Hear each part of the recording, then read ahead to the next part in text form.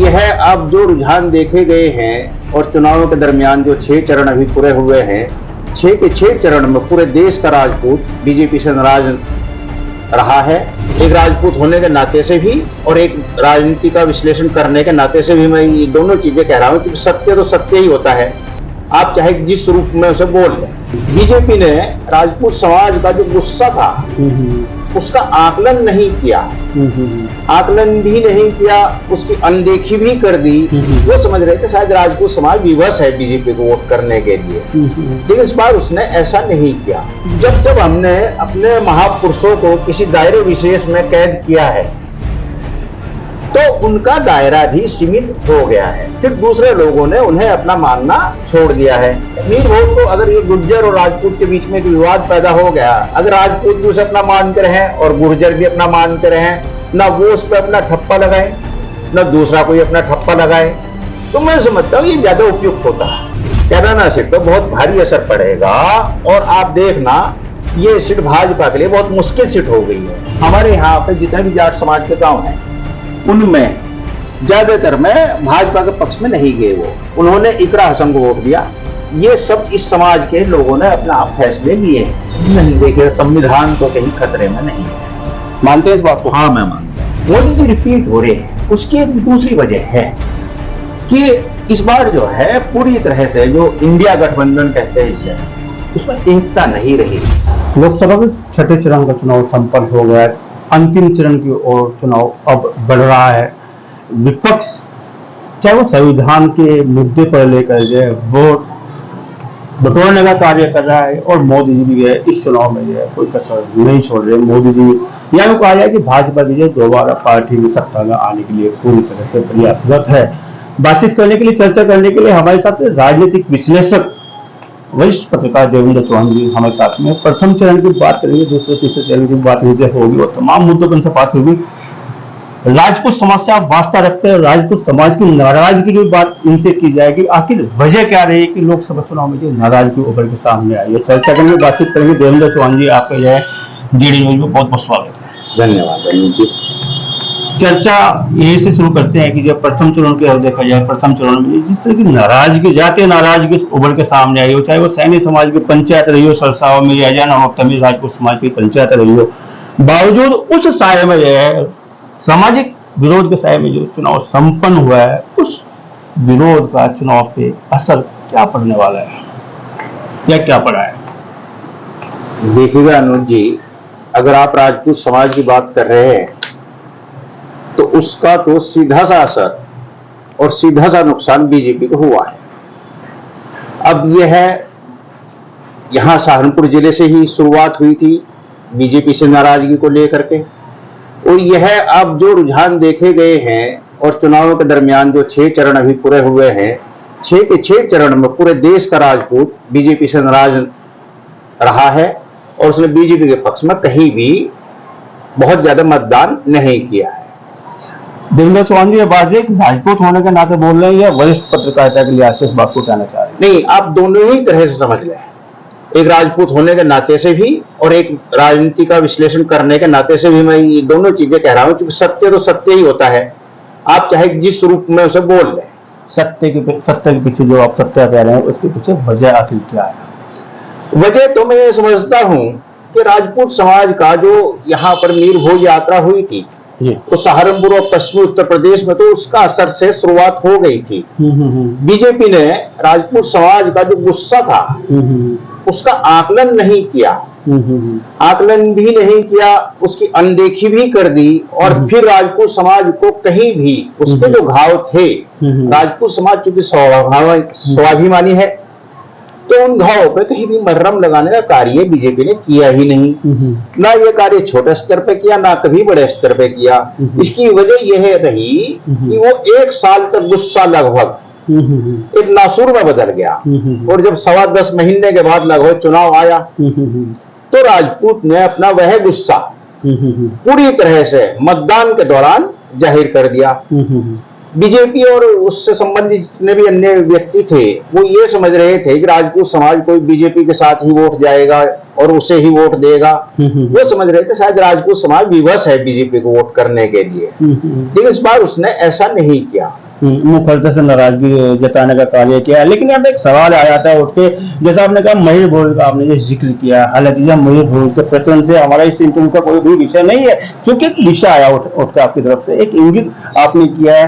क्या वास्तव में पूर्वज ये जो हमारे पुरोधा रहे हैं, वो सामाजिक पुरोधा रहे हैं, किसी भी तरह के पुरोधा रहे जिन्होंने हमें, जिनकी हमें प्रेरणा लेनी चाहिए, क्या वो किसी समाज में बांधे जा सकते हैं, या वो किसी समाज विशेष के हो सकते हैं, या वो सब समाज के उन्होंने कभी सोचा भी नहीं होगा कि मुझे मेरे समाज वाले कल मुझे मेरे उसको लेके कल एक बड़ी लड़ाई लड़ने का कार्य करेंगे? क्या वो एक परिधि में बांधे जा सकते? जो महाराणा प्रताप जी रहे हो, चाहे वो मयूर भोज रहे हो, तमाम, या ज्योतिराव फुले की बात की जाए, या तमाम लोगों की बात की जाए जिन्होंने समाज के लिए, देश काल परिस्थिति के लिए विपरीत परिस्थिति में रहते अनुकूल काम किया, क्या वो वास्तव में परिधि में बांधने लायक है, या वो बांधे जा सकते हैं? हमारा समाज जा किधर रहा है?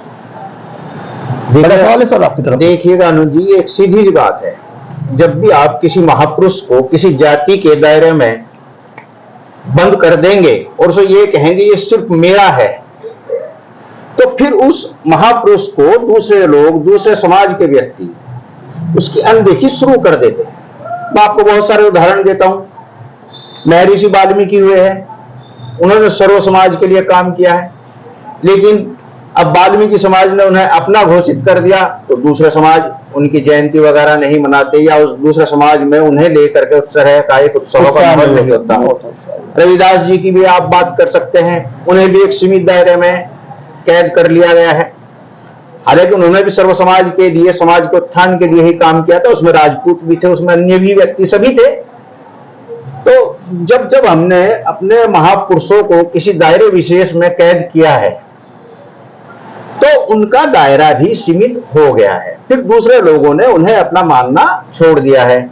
और इसी तरह से मीर भोज का भी है। मीर भोज को अगर ये गुर्जर और राजपूत के बीच में एक विवाद पैदा हो गया, अगर राजपूत भी उसे अपना मानते रहे और गुर्जर भी अपना मानते रहे, ना वो उस पर अपना ठप्पा लगाए ना दूसरा कोई अपना ठप्पा लगाए, तो मैं समझता हूँ ये ज्यादा उपयुक्त होता है।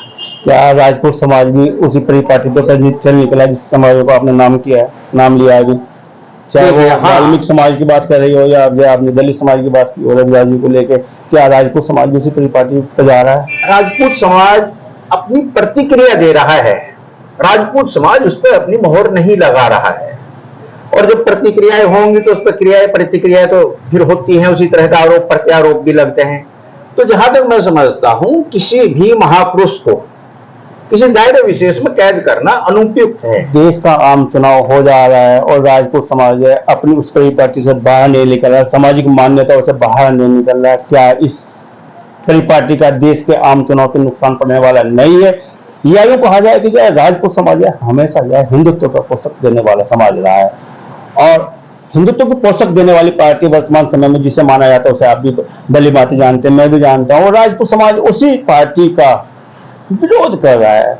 क्या वास्तव में राजपूत समाज उस परिपाटी से बाहर जाकर विरोध नहीं कर रहा है जिस परिपाटी के लिए राजपूत समाज जाना बचाना जाता है?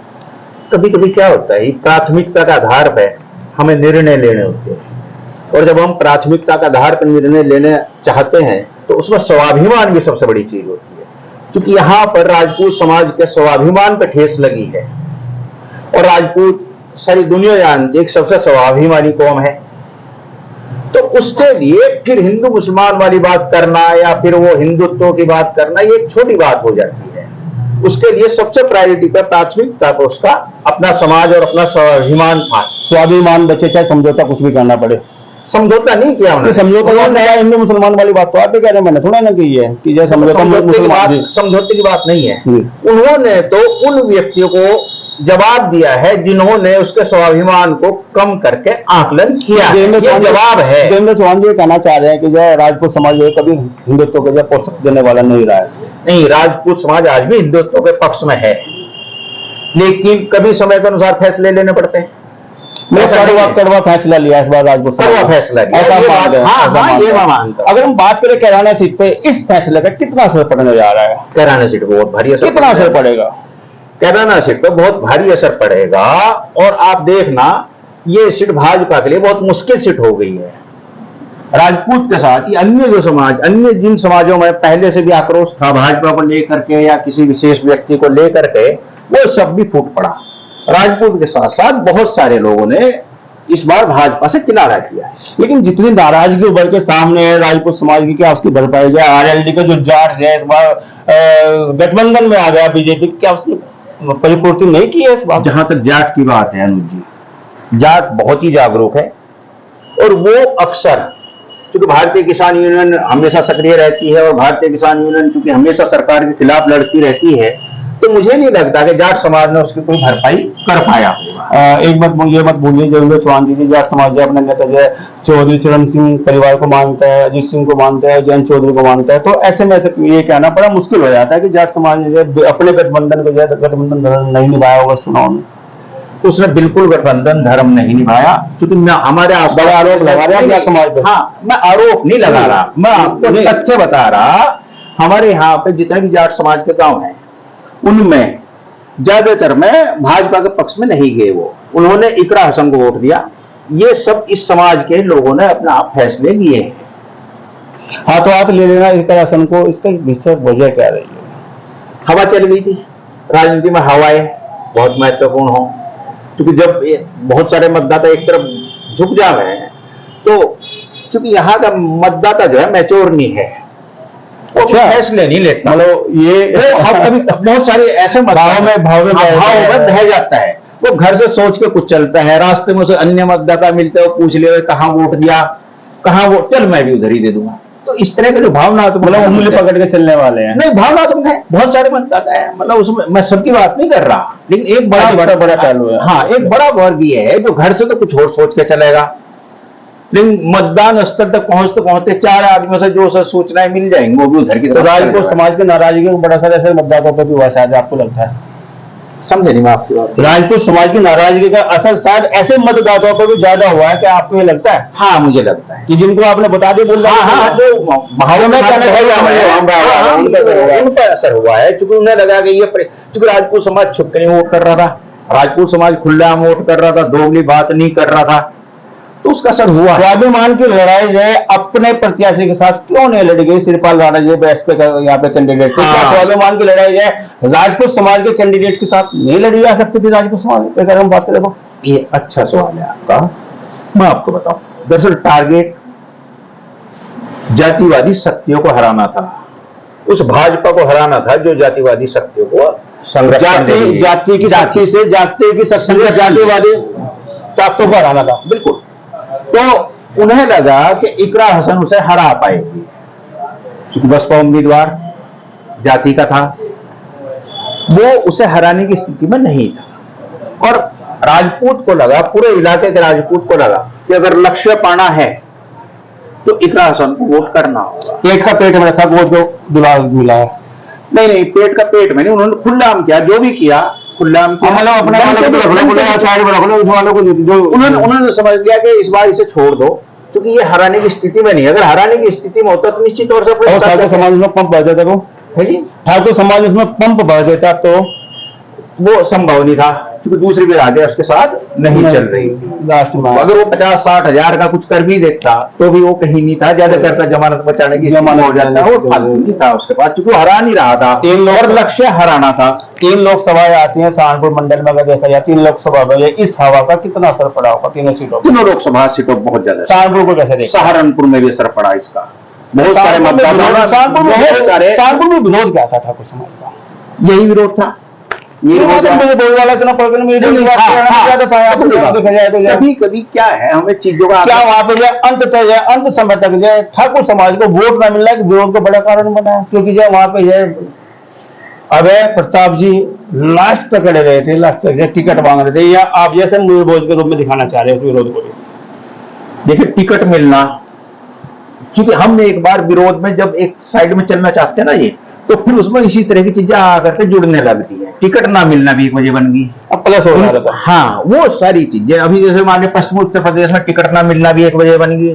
और जब एक बार को एक तरफ को चलने लगते हैं तो फिर उसी तरह की चीजें उसमें आकर के जुड़ने लगती है। जो छोटे छोटा आक्रोश होते हैं, हमें लगता है कुछ सुन नहीं रहा था, जब हमें एक मंच मिला तो हमने उसे प्रकट कर दिया, हमने उसे और ताकत दे दी, तो वो टिकट ना मिलना भी एक वजह है। ठाकुर समाज की नाराजगी से बाहर निकलते हैं, थोड़ा सा देखते हैं, बातचीत करेंगे। 400 पार को आप कैसे देखते हैं? मोदी जी का बड़ा नारा रहा है चुनाव में।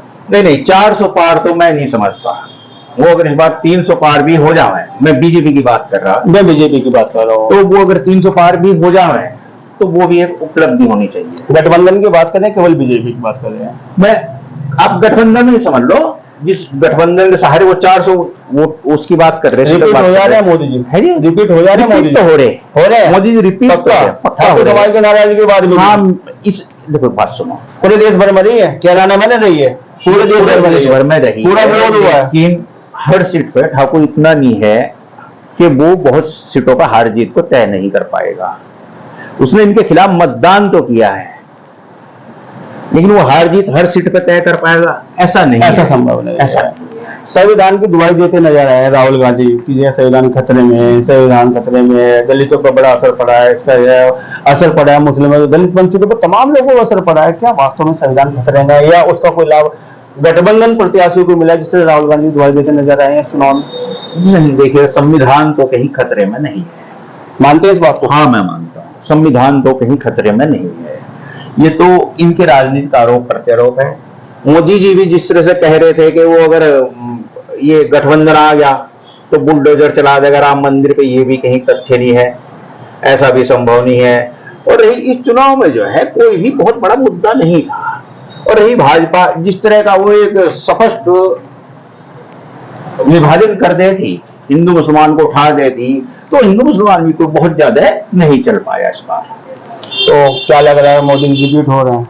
मोदी जी रिपीट हो रहे हैं। उसकी एक दूसरी वजह है कि इस बार जो है पूरी तरह से जो इंडिया गठबंधन कहते हैं उसमें एकता नहीं रही।